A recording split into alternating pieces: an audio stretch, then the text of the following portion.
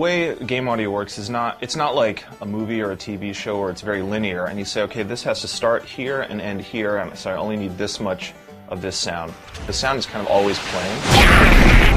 Sometimes, yeah, it's a little overwhelming, but it's a great experience to work in a world that is so incredibly immersive.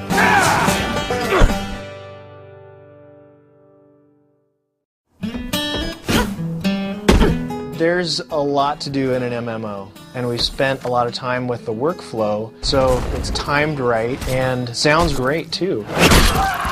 We've come up with a system that I think is pretty cool. It's a dynamic mixing system where whatever you're focusing on is more audible than the things that you don't care as much about. Because it's not in your field of view, it doesn't mean it's not there, so you have to anticipate what it would sound like at any given time and try to randomize it a little bit.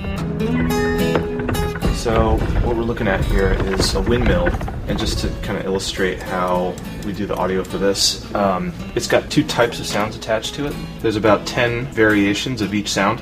Then you set minimum and maximum values for volume and pitch. So the engine sort of chooses these random values so that it can take 10 different sounds and create almost infinite variations on it.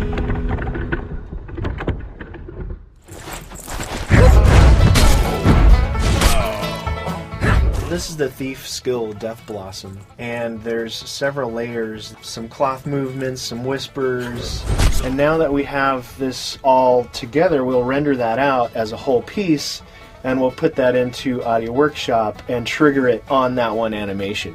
When we first get a set of assets, we bring it into our proprietary tool, Audio Workshop, which allows us to randomize and set distance cues based on different parameters that the game gives back.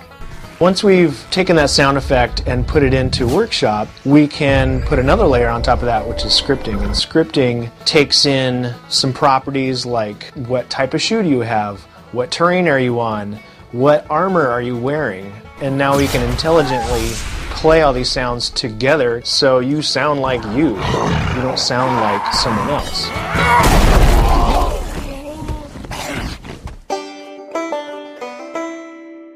We really wanted to give you that feeling that you are running around a real, living, breathing world.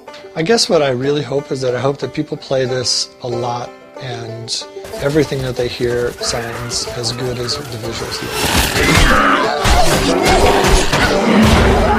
That had to hurt. And that's that.